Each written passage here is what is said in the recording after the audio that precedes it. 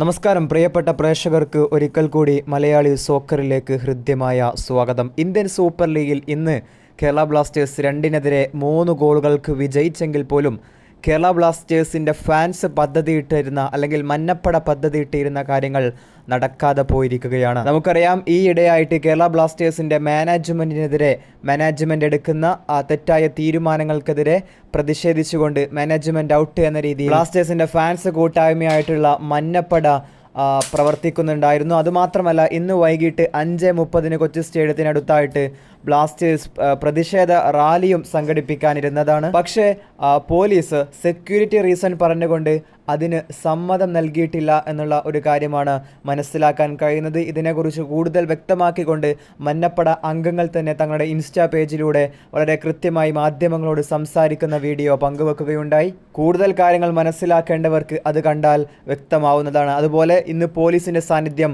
കേരള ബ്ലാസ്റ്റേഴ്സിൻ്റെ ഫാൻസൊക്കെ കൂടുതലായി കാണപ്പെടുന്ന ഗാലറിയിലും ഉണ്ടായിരുന്നു എന്നുള്ളതാണ്. ഇവിടെ അവസാനിക്കുകയാണ്. എല്ലാവർക്കും നന്ദി.